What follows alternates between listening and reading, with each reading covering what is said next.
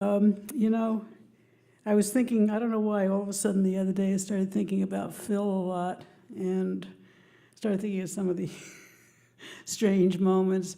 He was under the impression that he was going to be assassinated. He was so sure of it. And one time, I guess he was on stage, and Tom Paxton and Van Ronk were waiting in the wings, and Paxton said, "Watch this, Dave." He saw a 2x4 lying on the ground. He went over and he picked up the 2x4.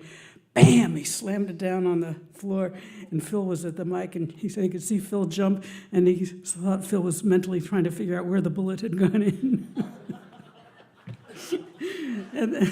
And then the second Carnegie Hall concert that he did, we were all there in the audience, my family and I, and it was such a sellout. Not only was the whole Carnegie Hall sold out, they actually put a whole bunch of bleachers, risers on the stage around him. And there was, on this side, I'll never forget, second row, about the fourth seat in, was the only guy in the whole audience with short hair wearing a suit.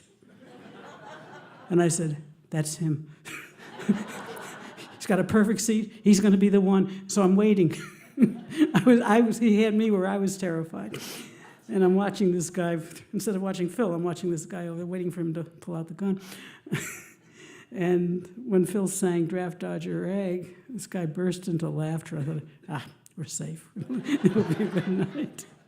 I don't know why that just came to mind last week, but there it was. By the way, those of you who've been before know what we're doing here. I sometimes wonder if I know.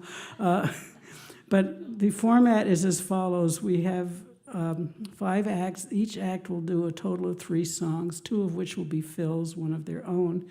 And I think it's important for them to do their own so that you can see that this kind of writing is still going on today. It hasn't disappeared with that last generation. So that's very important. And also it's important to put Phil in the forefront, that there should be more of his stuff. So each performer is going to be doing 1 song in one half and 2 songs in the other half, back and forth. So if they did 2 this half, like Colleen did, next time she comes up, she'll do 1, and it'll be a Phil song. And when Cliff comes back, he'll do 2, one of Phil's and one of his own. So that's the magic formula. It took me 30 years to come up with.